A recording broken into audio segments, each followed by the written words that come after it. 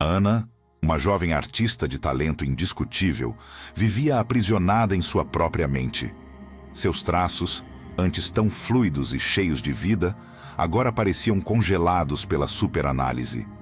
Cada pincelada era precedida por um turbilhão de "e se?", cada cor escolhida questionada infinitas vezes. A ansiedade era sua sombra constante, um labirinto de pensamentos que a impedia de criar, de viver plenamente. O mundo de Ana era visto através de um véu espesso de dúvidas, onde as oportunidades surgiam apenas para serem imediatamente desconstruídas por sua incessante autocrítica. Ela sentia-se cada vez mais isolada, a distância entre sua rica vida interior e a realidade se alargando a cada dia. O ateliê, outrora seu refúgio, transformara-se em um campo de batalha silencioso, onde a única inimiga era ela mesma. Sua luta diária era exaustiva. Manhãs começavam com a promessa de novas ideias, mas terminavam em frustração, as telas em branco ou rabiscadas com esboços abandonados. Ana ansiava por expressar a beleza que via no mundo, mas sua mente atraía, sussurrando medos e imperfeições. Ela via outros artistas florescerem, suas obras expostas e celebradas, enquanto as suas permaneciam escondidas, vítimas de sua própria paralisia. O peso dessa comparação era esmagador, reforçando a crença de que ela nunca seria boa o suficiente. Amigos tentavam animá-la, mas suas palavras de encorajamento ressoavam vazias contra a muralha de insegurança que Ana havia construído. Um dia, a confirmação de seus piores medos chegou. Uma de suas poucas obras concluídas, enviada com um fio de esperança para uma galeria renomada, foi rejeitada. A carta, fria e formal, parecia um veredito final. Ana sentiu o chão sumir sob seus pés. Era a prova irrefutável de que sua arte não valia nada, que seus medos eram justificados. Ela se encolheu no canto do ateliê, as lágrimas escorrendo livremente, o coração apertado por uma dor que parecia insuportável. Naquele abismo de desespero, enquanto arrumava caixas antigas que não tocava há anos, algo caiu de uma estante empoeirada. Era um diário antigo, de capa de couro desbotada e páginas amareladas pelo tempo. Era de seu avô, um homem que ela mal conheceu, mas que todos descreviam com uma serenidade quase mística.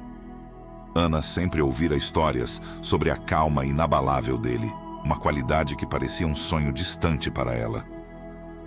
Com as mãos trêmulas, ela abriu o diário. As primeiras anotações eram sobre a vida cotidiana, mas logo as páginas revelavam reflexões profundas e enigmáticas sobre liberar a mente e encontrar a paz interior. Seu avô, o sereno, também havia lutado? A dúvida e a curiosidade se misturaram. As primeiras páginas do diário descreviam um caminho para a clareza, através de parábolas budistas. Ana, cética por natureza, sentiu uma pontada de algo que não experimentava há muito tempo: esperança. As palavras de seu avô, escritas com uma caligrafia elegante e firme, falavam de uma liberdade que parecia impossível.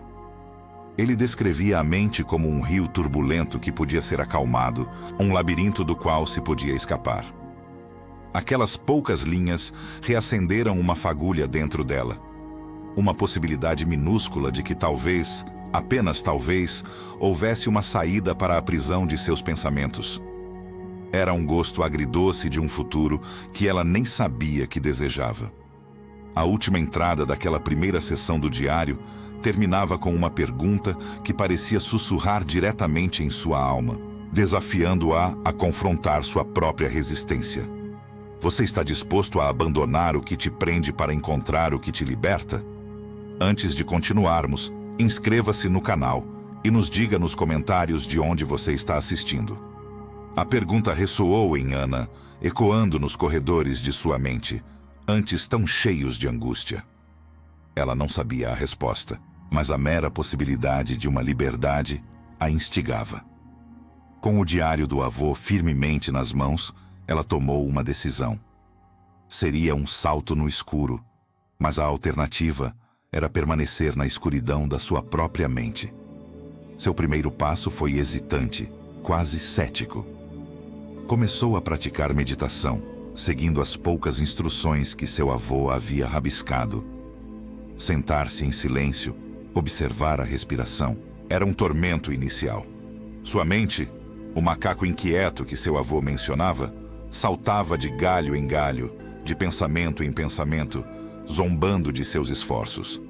No entanto, Ana persistiu, impulsionada por uma estranha mistura de desespero e uma nova, frágil esperança. As anotações no diário eram um mapa, e Ana seguiu suas coordenadas. Elas a levaram a um pequeno centro de estudos budistas na periferia da cidade, um lugar que ela jamais teria notado antes. Lá, ela encontrou o monge, um homem de idade avançada e olhos serenos que pareciam ter visto 1000 vidas.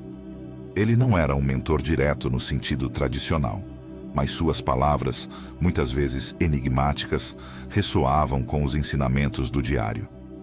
Ele falava sobre a impermanência, sobre a natureza ilusória dos pensamentos e sobre a mente de macaco, a mesma que Ana sentia em si. Seus pensamentos não são quem você é, Ana, disse ele em uma de suas raras conversas diretas. Eles são apenas nuvens passageiras no vasto céu da sua consciência. Aquilo desafiou tudo o que Ana acreditava sobre si mesma. Ela sempre se identificara com seus pensamentos, suas opiniões, suas angústias. Desapegar-se deles parecia uma traição à sua própria identidade. Enquanto Ana mergulhava nessa jornada interior, o mundo exterior continuava a girar, indiferente à sua busca. Os prazos perdidos em seu ateliê se acumulavam. As críticas de sua professora de arte eram mais frequentes, e seus amigos, antes compreensivos, começavam a se afastar. Eles não entendiam. Por que você está tão distante, Ana? O que é essa coisa de meditação? Perguntavam, suas vozes cheias de uma incompreensão que Ana não conseguia explicar. Sua mente, a traidora, aproveitava cada oportunidade para sabotá-la. Você está perdendo seu tempo, sussurrava uma voz interior. Isso não vai funcionar. Você é fraca. Você sempre será assim. A dúvida era um veneno lento, corroendo sua recém-descoberta determinação. Houve um dia em que Ana quase desistiu. Após uma sessão de meditação particularmente frustrante, onde sua mente parecia mais caótica do que nunca, ela jogou o diário do avô no chão. É inútil, gritou para o vazio do ateliê, as lágrimas de raiva e exaustão escorrendo. A sabedoria budista, tão clara nas palavras de seu avô e do monge, parecia inatingível para ela. Ela se sentia traída por sua própria esperança, por ter ousado acreditar que poderia mudar. Aquele momento de fraqueza foi um abismo, e Ana sentiu-se à beira de cair de volta na escuridão familiar de sua ansiedade. Mas, ao pegar o diário para guardá-lo, uma carta esquecida caiu de suas páginas. Era uma caligrafia diferente, mais antiga, mas inconfundível, a da avó de Ana. A carta, endereçada ao avô, revelava uma verdade surpreendente. Meu querido, sei que a escuridão da sua mente tem sido um fardo pesado, mas continue firme no caminho que encontrou. A meditação te libertará, como libertou tantos outros. Não desista. A carta falava de uma ansiedade paralisante que ele também enfrentava, e que a sabedoria budista havia sido sua própria redenção. Ana sentiu um nó na garganta. Seu avô, o homem sereno, não nascera assim. Ele havia lutado, assim como ela. Aquela revelação a conectou a ele de uma forma mais profunda, mais real. Ele não era apenas um guia místico, mas um companheiro de jornada, alguém que entendia sua dor. Com a carta em mãos, Ana voltou ao diário, lendo-o agora com novos olhos. Nas últimas páginas, seu avô descrevia um teste final, um grande desafio que ele havia tido que superar para alcançar a paz que tanto buscava. Era um momento decisivo, onde todos os ensinamentos se uniriam. a curiosidade de Ana foi novamente despertada. O que seria esse teste? E ela estaria pronta para enfrentá-lo? Ana sentiu o peso da expectativa, não do avô ou do monge, mas de si mesma. O que seria esse desafio final? A resposta veio de forma inesperada, mas inegável. Um convite para participar de uma exposição de arte coletiva que exigia a criação de uma peça em tempo recorde sobre o tema A Essência da Liberdade. Era o projeto mais ambicioso que ela já havia enfrentado, demandando uma confiança e espontaneidade de que Ana acreditava não possuir. O prazo apertado, a pressão dos outros artistas, a grandiosidade do tema, tudo parecia conspirar para ativar seus antigos padrões de superanálise e paralisia. Este era, sem dúvida, o teste final que o diário mencionava. Em vez de sentir o pânico familiar, uma calma estranha a envolveu. Era como se as palavras do avô e os ensinamentos do monge tivessem se solidificado dentro dela. Ela se lembrou da frase do monge: "Seus pensamentos não são quem você é. Eles são apenas nuvens passageiras." Ana entrou em seu estúdio, não com a mente cheia de dúvidas sobre o que deveria criar, mas com uma intenção clara de apenas estar. Ela sentou-se diante da tela em branco. Em vez de forçar ideias, ela fechou os olhos e se concentrou na respiração, praticando a atenção plena que tanto resistira. Permitiu que os pensamentos viessem e fossem, sem se apegar a nenhum deles. Horas se passaram e a tela permaneceu intocada, mas a mente de Ana estava em um estado de fluidez que ela nunca havia experimentado. De repente, uma imagem surgiu, não como um conceito racionalmente construído, mas como uma intuição profunda. Era uma figura abstrata, feita de linhas que se entrelaçavam e se libertavam, cores que dançavam em harmonia e contraste. Não havia julgamento, apenas a ação de criar. Ela pegou os pincéis e as tintas pareciam se mover por conta própria, guiadas por uma força interna que não era sua mente superanalítica, mas algo mais profundo, mais autêntico. A criatividade fluía sem o crivo constante da autocrítica. O processo foi exaustivo, mas Ana não sentiu a tensão de antes. Cada pincelada era um ato de presença, cada escolha de cor, uma expressão do momento. Quando a obra foi concluída, ela recuou, observando-a com uma serenidade que nunca imaginou possível. Não era perfeita no sentido rígido que ela antes buscava, mas era real, visceral, e transbordava uma energia que suas obras anteriores, tão meticulosamente planejadas, jamais possuíram.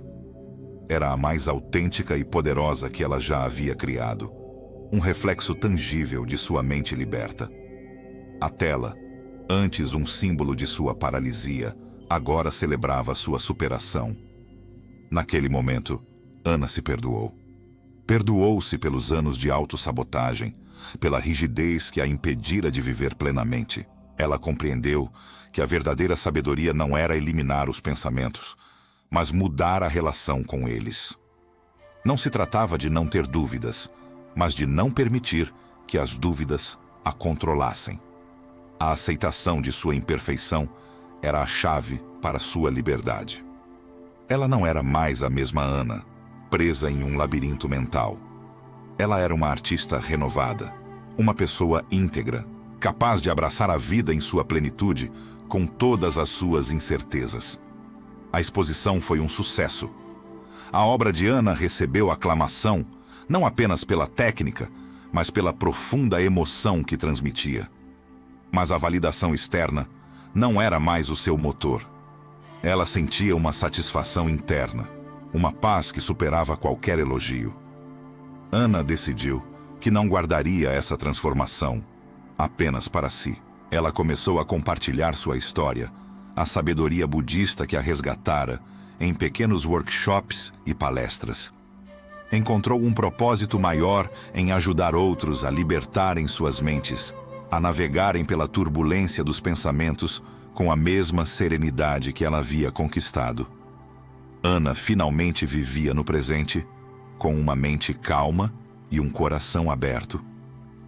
O legado de seu avô não era apenas um diário, mas um caminho, uma herança de paz e autoconhecimento que ela agora carregava e compartilhava.